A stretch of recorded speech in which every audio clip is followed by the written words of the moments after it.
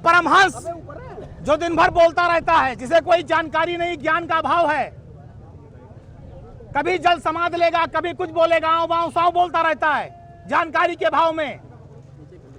मैं चुनौती दे रहा हूं, अगर असली संत हैं वो तो साबित करें अखिलेश यादव जी ने टुन्नू यादव जी से कितनी बार बात की, उसका प्रमाण। निशिकांत दुबे ने माननीय राष्ट्रीय अध्यक्ष अखिलेश यादव जी के खिलाफ गलत टिप्पणी की, गलत ट्वीट किया था।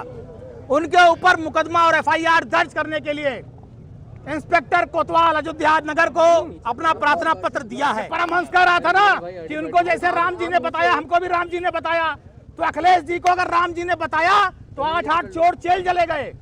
चंपत, अनिल मिश्रा, गोपाल राव बाहर हो गए। भारतीय जनता पार्टी के सांसद और भारतीय जनता पार्टी की जो झूठ परोसने की व्हाट्सएप यूनिवर्सिटी है, उसके मेंबर, दिन भर झूठ बोलने वाले, प्रोपोगंडा करने वाले, दुष्प्रचार करने वाले सांसद निशिकांत दुबे ने माननीय राष्ट्रीय अध्यक्ष अखिलेश यादव जी के खिलाफ गलत टिप्पणी की, गलत ट्वीट किया था।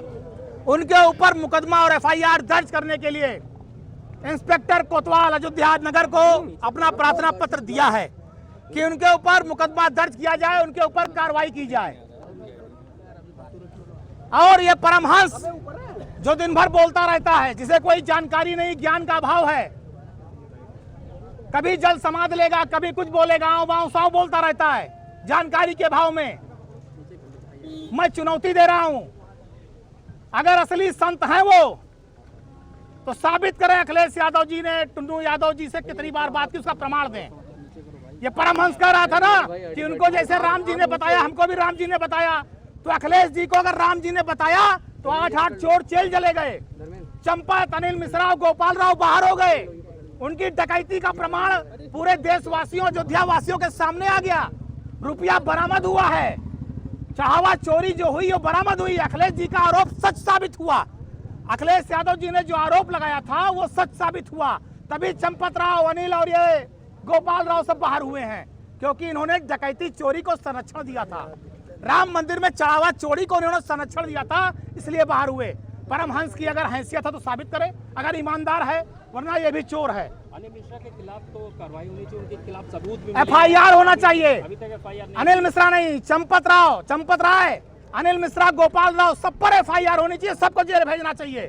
मैंने पहले कहा था एसआईटी माने कुछ नहीं, एसआईटी सत्ता के चरणों में लेटी है, इसीलिए चंपत राय को बचाया जा रहा है। जब महिपाल सिंह ने यह कहा था कि रुपए की चोरी हो रही है, बक्से में रुपए ज्यादा जा रहे हैं, तो कार्रवाई करना चाहिए था।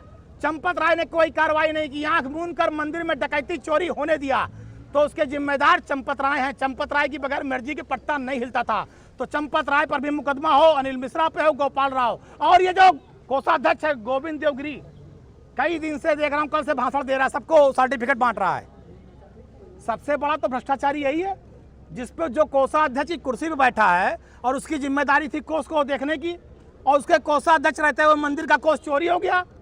अगर इनमें भी जरा सी नैतिकता हो तो इस्तीफा दें, वरना ये माना जाएगा कि ये किसी लालच में पड़े हैं। वो अपनी जिम्मेदारी, ये किसी लालच में पड़े हैं, इनको लालच है राम मंदिर से, कुछ इसीलिए रुके हैं। अगर ईमानदार है तो इस्तीफा दे दे भाई। उनके कोषाध्यक्ष रहते हुए राम मंदिर का कोष चोरी हो गया, काहे का कोषाध्यक्ष, किस बात के कोषाध्यक्ष? इस्तीफा दें, अपने पूनम जाए, वहीं काम करे अपना। लोग कह रहे हैं कि अनिल मिश्रा के खिलाफ कार्रवाई होनी, उनके खिलाफ सबूत मिले हैं, पर अभी तक कोई कार्रवाई नहीं। भाई सबूत चंपत राय, अनिल मिश्रा, गोपाल राव सबके खिलाफ है। गोपाल राव ने जमीन की प्रॉपर्टी डीलिंग किया, अनिल मिश्रा ने भी वही काम किया। चंपत राय जमीन बेचते थे, कम जमीन ज्यादा पैसे में बेचा, ये कम बड़ा भ्रष्टाचार है।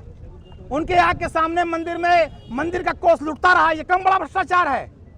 अनिल मिश्रा ही क्यों, चंपत राय, अनिल मिश्रा, गोपाल राव, सब पर मुकदमा करके जेल भेजना चाहिए। मैं पहले दिन कहा था, आज भी ये बात कह रहा हूं। और गोविंद देवगिरी को एक असफल निष्क्रिय कोषाध्यक्ष होने के नाते उनको भी इस्तीफा देके अपने वहां जहां हो वहां चले जाना चाहिए। भैया एक बार शिवेन लाओ, फिर सब लगा लेंगे।